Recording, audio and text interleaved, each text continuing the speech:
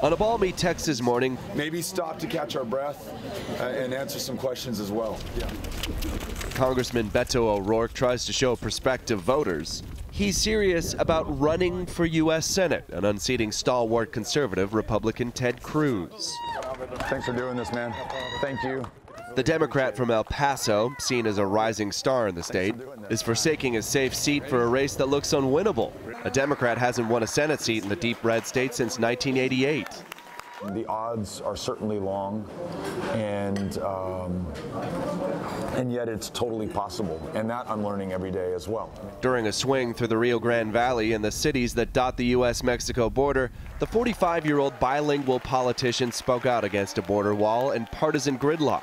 And can you imagine generations from now reading in a history book about how, given everything that you just said, this country went ahead and spent $25 billion? I think he can win if we can get the Hispanics registered. A fourth-generation Irish-American, son of a county judge and a Republican mother, his real name is Robert. His parents gave him the nickname Beto at birth, something he tried to shed in college, but it stuck.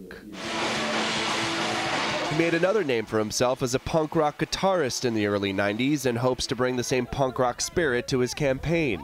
Political analysts say his odds of winning are as long as the Rio Grande River. But he still faces a major name recognition deficit. Among people who are likely to vote in November of 2018, virtually 100% know who Ted Cruz is. Now, many of them don't like Ted Cruz, but they know who he is. The incumbent senator has largely ignored his opponent. At last check in the fall, Cruz's campaign had around $6 million in funds, compared with O'Rourke's $2.8 million.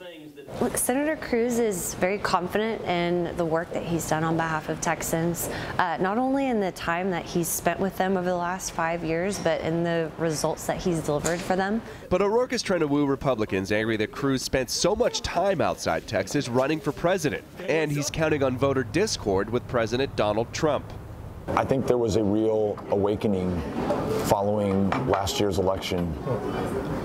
And that's certainly partly my story and the story that I'm hearing from people all over this state. Stories O'Rourke happily shares on the road as he pounds the pavement, trying to make his mark across the state. John Munn, Associated Press, McAllen, Texas.